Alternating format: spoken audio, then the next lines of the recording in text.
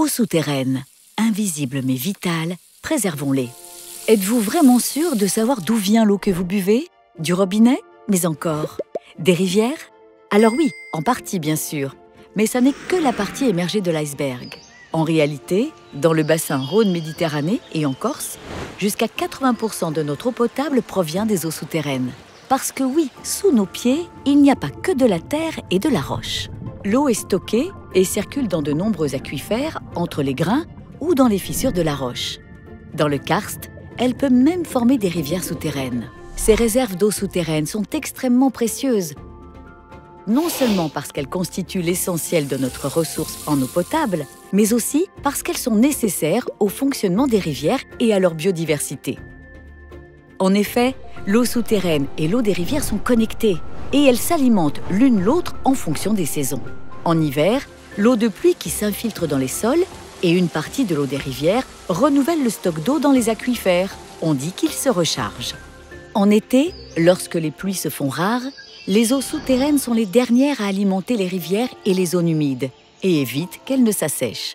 De plus, lorsque la température de l'eau augmente et menace la biodiversité des rivières, les nappes permettent de rafraîchir l'eau, ce qui est d'autant plus important dans un contexte de réchauffement climatique. Il est donc primordial de préserver cette ressource invisible.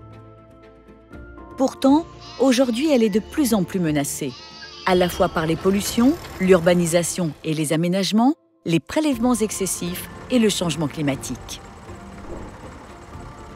Les nitrates et les pesticides issus des pratiques agricoles et les produits toxiques émis par les activités industrielles et urbaines peuvent polluer directement ou indirectement les eaux souterraines. Or, une fois ces eaux polluées, restaurer leur qualité peut prendre plusieurs dizaines d'années. Il faut alors investir massivement pour rendre cette eau potable. Les traitements coûtent en moyenne 2 à 3 fois plus cher à la collectivité que de protéger la ressource elle-même. Le niveau de pollution de la ressource peut même amener à abandonner un captage.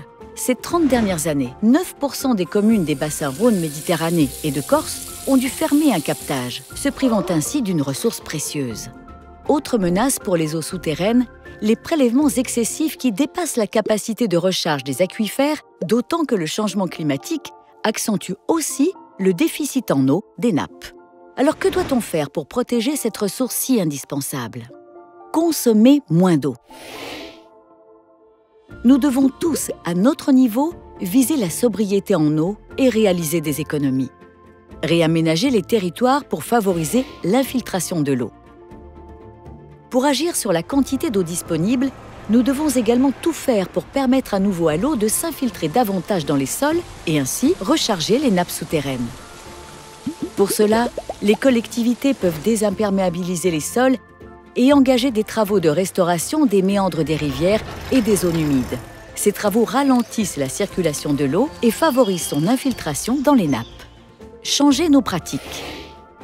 Il nous faut repenser l'aménagement du territoire et nos pratiques afin de préserver les ressources stratégiques pour les besoins d'alimentation en eau potable actuels et futurs. C'est possible en s'assurant que les activités économiques et l'urbanisation respectent les zones de sauvegarde de ces ressources. Sur les aires d'alimentation de captage aussi, les activités et les pratiques doivent changer pour préserver la ressource de toute pollution. Organisons-nous, prenons ensemble les bonnes décisions. De la gestion d'aujourd'hui dépend la ressource de demain. Collectivités, industriels, agriculteurs, l'Agence de l'eau vous accompagne. Nous avons de l'or sous les pieds. Prenons-en soin.